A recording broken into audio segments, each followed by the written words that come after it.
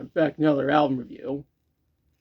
This portion of my album review series is going to be focused on albums released in 2026. For this episode, I'll be reviewing the soundtrack for Roofman. Now, before I go any further, I need to talk about the movie. It's about the story of when Jeffrey Manchester escaped from prison and hid in a Toys R Us for 6 months. I actually got to see the movie on opening weekend. I thought it was pretty good. Yeah, by all accounts, it's a good thing I saw this instead of Tron Ares. I read that the director, Derek Cianfrance, interviewed the real Jeffrey Manchester over the course of 4 years and got a lot of information out of him. The film was shot very well, and Channing Tatum showed just how great of an actor he really is. And now for the soundtrack. It was recorded, produced, performed, composed, and mixed by Christopher Bear. The clarinet, bass clarinet, alto saxophone, and flugelhorn were performed by John Natchez. The executive producers were Jonathan Channon, Andy Ross, Matt Kalman, and Charles M. Barsamian. The producer for Marie Sarabande was Andy Fisher. The mastering was done by Paul Blakemore at Concord Studios.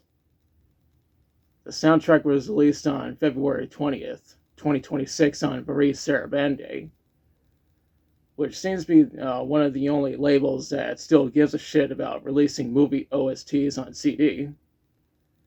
It's odd that they released the soundtrack 4 months after the movie came out, but at least they had the decency to release it physically. Now let's talk about the songs. Keep in mind this will contain spoilers from the movie, so watch this review at your own risk.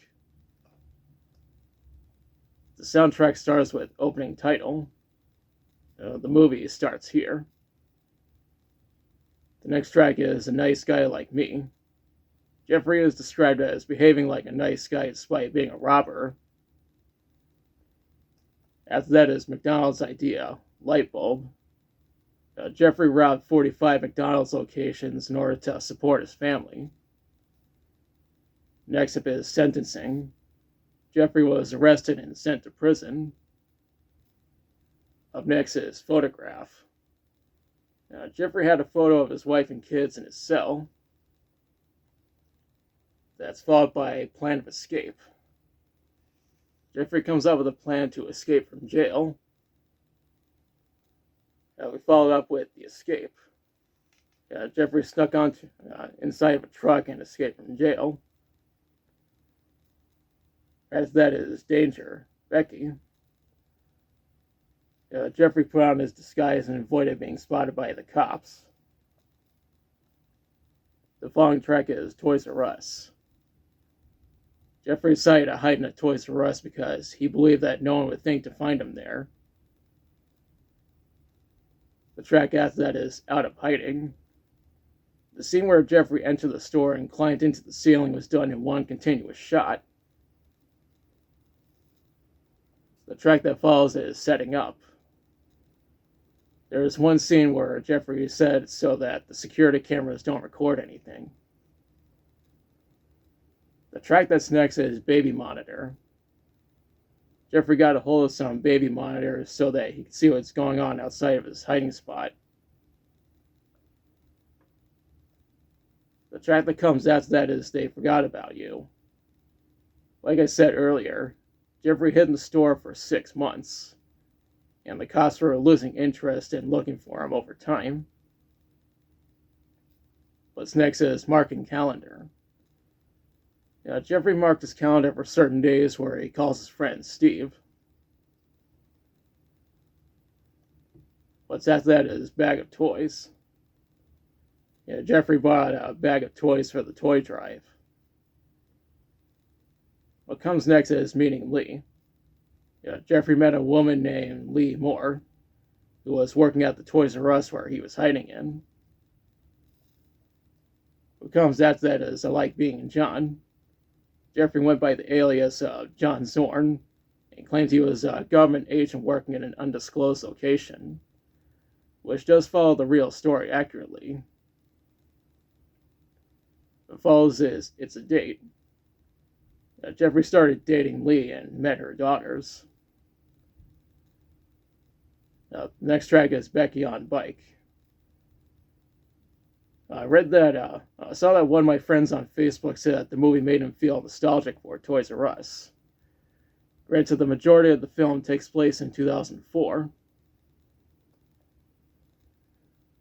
After that is There's a Storm Coming. One time when I was talking to one of my Twitter mutuals about the movie, he questioned why Jeffrey didn't hide in a Walmart because someone could theoretically live there. He followed up with Naked Man. Jeffrey was caught naked by Mitch, the store's manager. That I personally thought was the funniest scene from the movie. And Jeffrey's bare ass was on screen for about a minute. That's followed by We Gotta Beat Her.